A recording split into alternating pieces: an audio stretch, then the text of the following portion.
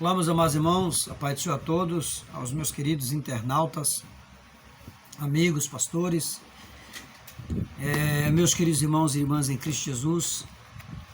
Eu quero aqui cumprimentar a todos com a paz do Senhor Jesus e quero agradecer a Deus pelas vossas vidas. E desde já quero deixar uma palavra para vocês aqui, que se encontra no Evangelho de Jesus Cristo, segundo escreveu o evangelista Lucas, o médico amado. Ele escreveu no capítulo 24, versículo 13 por diante. Só que eu quero fazer menção apenas do versículo 29. Meus amados irmãos, sem mais delongas, eu gostaria que você ouvisse essa mensagem até o final, que é uma mensagem poderosa e de uma reflexão que nós não podemos deixar. Eu gostaria que vocês compartilhassem, comentassem se quiserem e também se inscrevessem no nosso canal para nos ajudar, certo? Vamos falar sobre os dois jovens que iam para a aldeia de Emaús. Capítulo 24, versículo 29 do Evangelho de Lucas, de Jesus Cristo, segundo escreveu Lucas. Mas eles insistiram muito com ele. Fica conosco, disse os discípulos, pois a noite já vem, o dia já está quase findando. Então ele entrou para ficar com eles. Veja, meus queridos irmãos, sem mais delonga, Jesus ele vem pelo caminho e na verdade ele acompanha. Ele chega perto de dois discípulos, vinham dois jovens caminhando.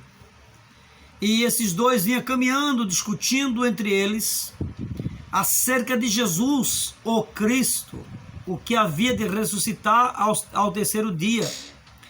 Segundo a Bíblia, a LTT diz que Jesus morreu numa quarta-feira, ok? Segundo a Bíblia, a LTT, se não me foge da mente, morreu numa quarta-feira. Mas, segundo esse relato aqui, nós entendemos que Jesus morreu na sexta-feira e ressuscitou no domingo, que era o primeiro dia da manhã, que era o dia da colheita dos frutos, das primícias, segundo o que nós entendemos aqui. Vejam o que ele diz: os dois estão caminhando para a aldeia chamada Emaús. Essa aldeia ficava situada a mais ou menos 11 a 12 quilômetros a oeste de Jerusalém, de onde eles vinham. Então veja que eles não reconheciam ou não reconheceram quem era Jesus. Eles vinham caminhando, talvez dizendo um para o outro, desapontado, murmurando, diziam um para o outro assim: rapaz, Cleopas, que ninguém conhece quem eram os dois jovens, os dois senhores. Os dois homens na caminho de Emaús é desconhecido, apenas um nós conhecemos, que é Cleopas, conhecemos apenas por nome. Um se chamava Cleopas e o outro nós não sabemos. Só sabemos de uma coisa, é que eles não faziam parte do grupo dos 11, dos 11 discípulos. Mas eles sabiam onde aqueles discípulos se reuniam e eles entendiam tudo que estava ali acontecendo. E naquela tarde de domingo, Jesus eles vem caminhando em sentido a essa aldeia. Olha que ele vai andar 12 quilômetros, 11 a 12 quilômetros aí. E Jesus entra no meio da conversa. Jesus vê que eles estão amargurados, estão desiludidos, estão desapontados, estão tristes. E eu poderia pregar aqui 1 hora, 40 minutos a esse respeito, mas a gente vai ser mais sucinto. E Jesus se mete no meio da conversa e diz: boa tarde, senhores. E eles, espantados, dizem: sim, boa tarde. Vocês estão bem? Jesus pergunta para ele, isso é silogismo meu. E Jesus pergunta para ele: vocês estão bem? Qual o problema que vocês estão discutindo aí entre vocês dois? Qual é a nova? E ele diz: você, aí eles respondem para Jesus: você é o único forasteiro aqui que não conhece nada sobre a história? Você não viu falar que tinha um certo Jesus que até realmente era um profeta, era um grande profeta, foi um grande pregador e até profetizou, fez cura, fez algo extraordinário? Mas ele prometeu que morreria, mas que também ressuscitaria ao terceiro dia. E Jesus pergunta para ele, isso é uma conversa minha, um silogismo meu. Jesus disse e hoje faz quanto tempo isso? Eles dizem, hoje é o terceiro dia. Ele morreu e hoje é o terceiro dia e nada de ressuscitar. Mas vejam que o terceiro dia não tinha acabado ainda. Mas estava findando o dia. Jesus disse, vocês são nécios. Vocês não têm noção das coisas. E Jesus começa a chamar a atenção. Olha, Jesus é um forasteiro que eles não conheciam. Aqueles discípulos com certeza conheciam Jesus. Porém, naquele momento eles não reconheceram Jesus. E ele disse, olha, e Jesus começou a falar das escrituras, você não leu isso, você não leu aquilo, hein? Como é que vocês dizem que Jesus não ressuscitaria ao terceiro dia? Como é que vocês estão descrendo nisso aí? E ele começa aqui, ó, a dialogar com Jesus, e Jesus entra mais uma vez a fundo e começa a esclarecer as escrituras para aqueles homens. Mas quando Jesus propositalmente faz que vai passando mais adiante, isso era um propósito de Deus, né? Jesus, ele fez que ia passando. Aos discípulos já estava ardendo o coração, queimando o coração. Acho que no versículo, deixa eu ver aqui, é que eu não lembro, acho que é o versículo 30. Quando estava à mesa, não é esse versículo, deixa eu ver outro versículo aqui. Perguntaram um ao outro, não estava queimando o nosso coração enquanto ele nos falava no caminho e nos expunha as escrituras? Olha só, o coração deles já estava queimando, já estava ardendo por ouvir Jesus falar.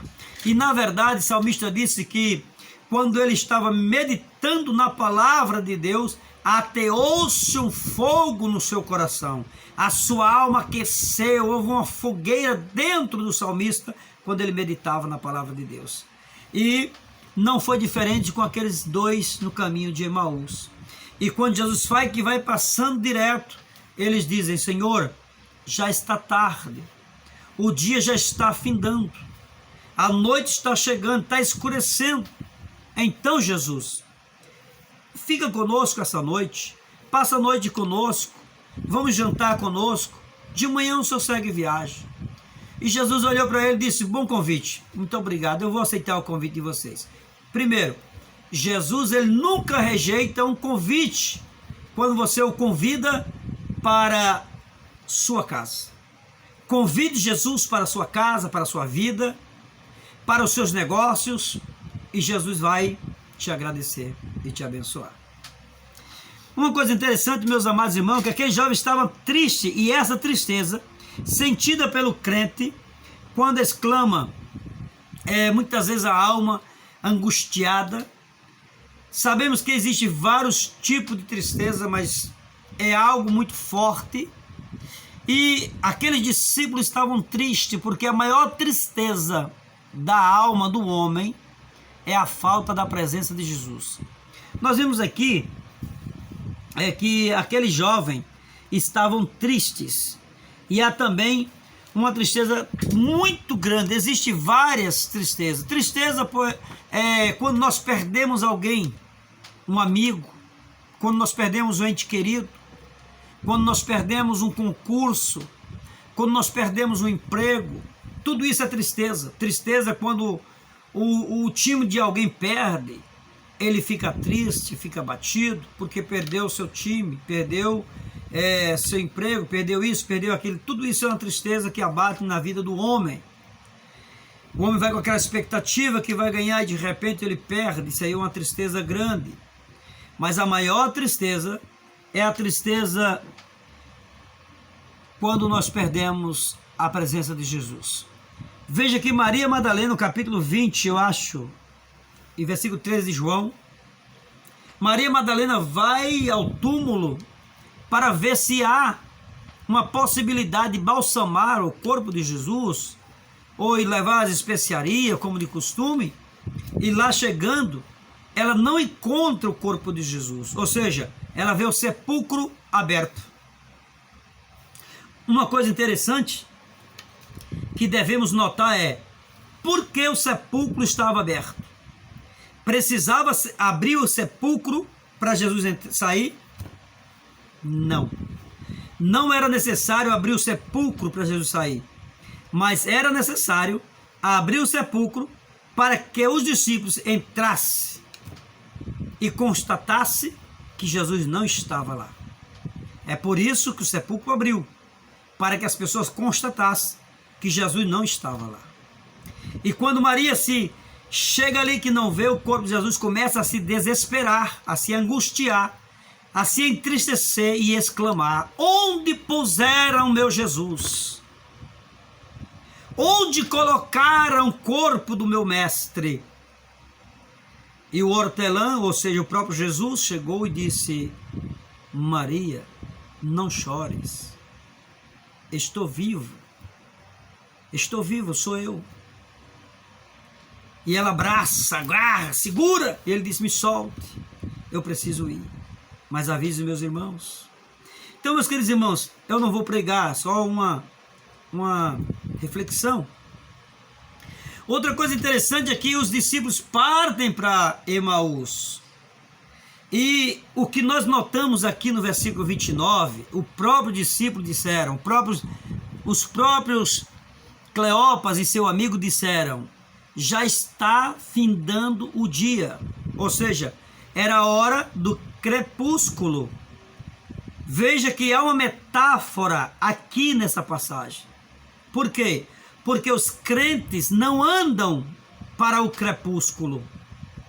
Os crentes não andam para o pôr do sol. Os crentes não andam para a noite. Aleluia. Os crentes andam para o dia. Eu queria ver aqui um versículo que eu marquei em Apocalipse, capítulo 1, versículo 16, parte B, que prova que nós não andamos para o crepúsculo. Prova que nós não andamos para a noite. Prova que nós andamos para o dia, para o amanhecer.